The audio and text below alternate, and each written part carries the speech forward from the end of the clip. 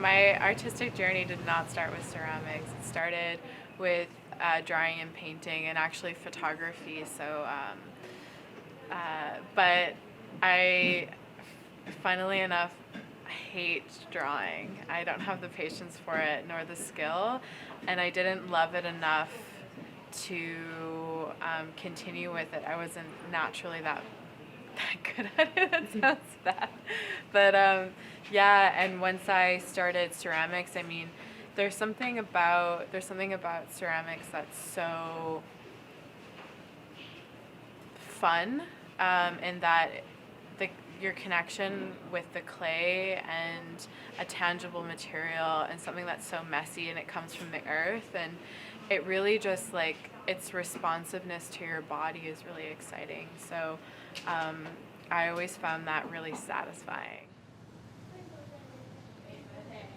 Wheel throwing is it's very therapeutic because if you don't concentrate, if you're not present in the moment with the material, you'll mess up. It requires all of your attention, both physical and mental. So, and we have an ongoing joke that's just, if you're angry or if you're tired, the clay will know, as in your body won't be able to operate and function properly. So you'll really know. It'll show in the clay. I had a rough idea of this body of work that I was interested in creating. And so I started coil building this large vessel. And I get a text one afternoon from Alexandra, and she's so upset because she's accidentally knocked the whole thing over and it just broke apart. And I actually still have it underneath my desk. That was so heartbreaking. It was so many hours of work. But funnily enough, I always like to see the bright side of things, and it inspired the work that came after. It evoked this desire to destroy things, and so it's really prevalent in my work and in this work as well, to collapse and dismantle vessels and push the material to its limit. I find it so incredibly beautiful, and I would not have discovered that without that deep heartbreak. But Alexandra and I laugh about it all the time now. But yeah, there is so much heartbreak within ceramics because you could have a stress crack that you wouldn't be able to see as soon as you put it under all the stress of the kiln and the heat, and the glazes. It could just rip your piece apart. And what would be really tragic is if all that glaze melted into your kiln and destroyed thousands of dollars worth of equipment, which happens all the time, unfortunately. But yeah, I think that's more heartbreaking than any sculpture being ruined, because you can always rebuild.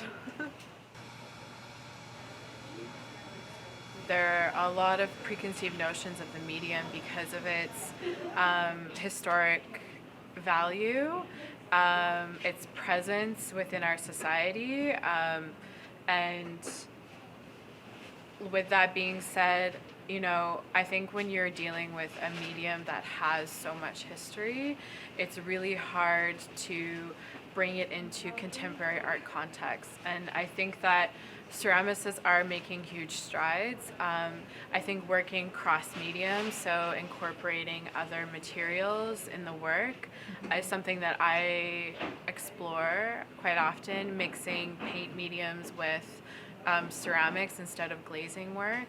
And thus, and also working with,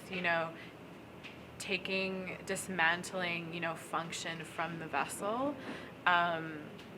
and therefore making it a sculpture. I think that that's becoming a trend within ceramics. It's very exciting. But I also find it really interesting that there is such negative connotations with the stigma of ceramics. Why wouldn't it be an art object, or why wouldn't it be a work of art? Why wouldn't it be a sculpture? It's really interesting to pose those questions to people. And what's so bad about that,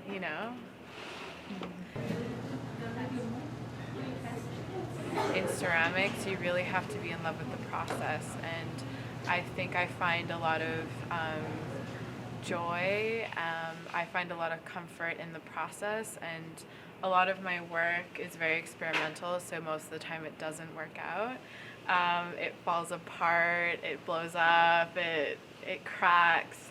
But it's not so much for me about the end result. So wherever my artistic career takes me, I think I'll be happy with, because I'm truly in love with just making, and I'm really really privileged to be able to make and create with this medium that I find it gives so much. So, I mean, to answer your question, where I would want to take this, I mean, I would really love to be able to share the practice with other people, and I'm actually a ceramic teacher, and I find so much fulfillment in being able to share that with others, and teach others and offer somebody a new skill set, a new outlet. So I think as long as I can continue to do that, I think I'll be successful.